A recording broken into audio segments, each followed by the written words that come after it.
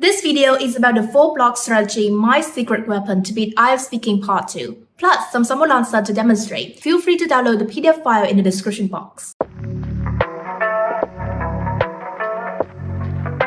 Hello everyone and welcome back to my channel. My name is Lan and I'm an 8.5 achiever and I'm going to teach you how to get English sides if that's what you're looking for. Don't forget to like and subscribe and hit the notification bell to watch my video every 2 weeks. The 4-block strategy is basically to structure your answer following the bullet points in the cue card. I glued myself to this approach as well when I set my IELTS speaking test. So in 1 minute, you just have 1 minute to take notes.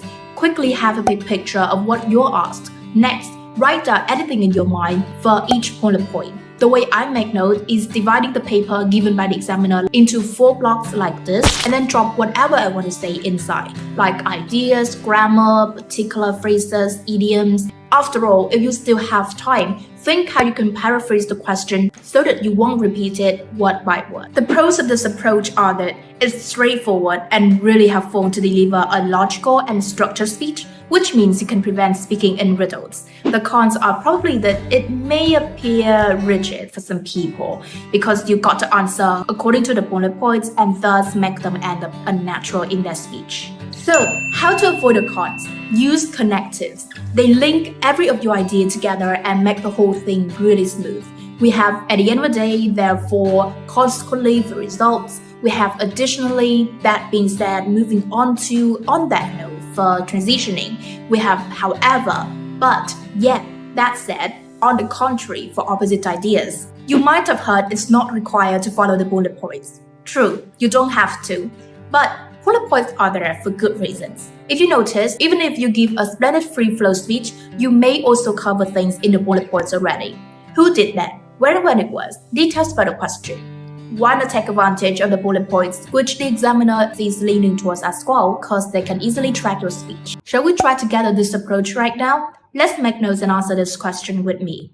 Describe a story you've heard. You should say what the story was about, who told you the story, why you remember it, and how you feel about it. Ready? 1 minute starts.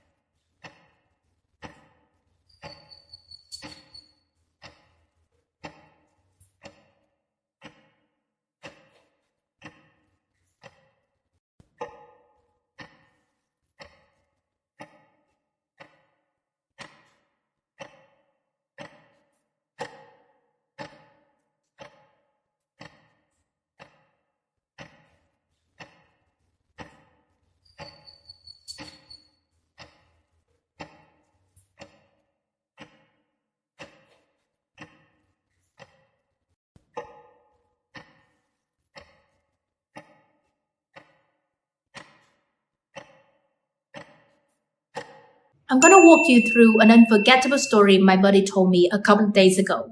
It was about her elder bro winning a full-ride scholarship from Harvard. At first, no one supported him when he discussed applying to Harvard at supper time. My friend even admitted that she thought her bro had lost his mind and was doing something utterly impossible. Her parents went spare because the bro didn't bother to apply to any national uni to create himself an escapeway. That being said, he persisted with his Harvard decision and turned out, after more or less 5 months, he didn't only get in, but also won a full scholarship.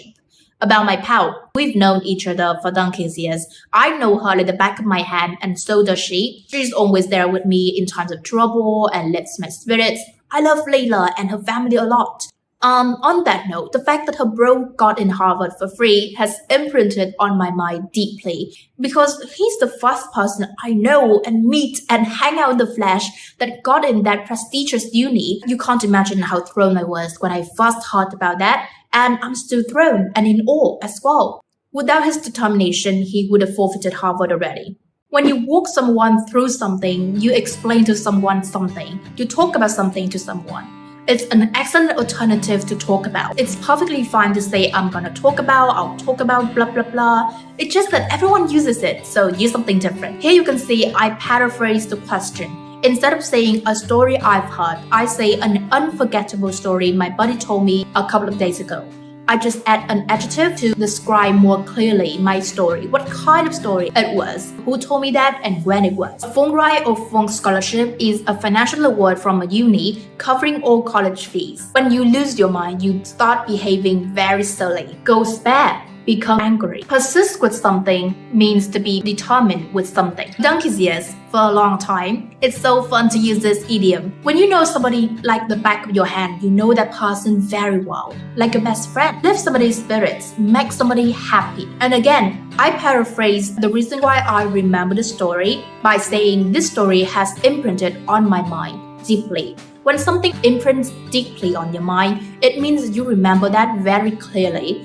And this is a chance for me to use present perfect tense as well, describing an action happening in the past and still having an effect at the present time. In the flesh, in real life, be thrown, be surprised. When you're in awe of something, you respect something a lot. About grammar, I didn't use only past simple to tell a story in the past, but past perfect, present perfect, and conditional sentence at the end. For coherence, I use a variety of connectives. I start with it first, and then that being said about something on that note to move on another idea within the question. I discovered myself this strategy to aid IELTS Speaking Part 2. In my opinion, the strategy works the best. Practice it with different topics to see whether it works for you, and then when it comes to your official test, just show what you got. If you're still not sure how to answer effectively IELTS Speaking Part 1 work or study questions, check out this video of mine. Wish you every possible good thing in your upcoming IELTS speaking test or IELTS test generally, and see you next time!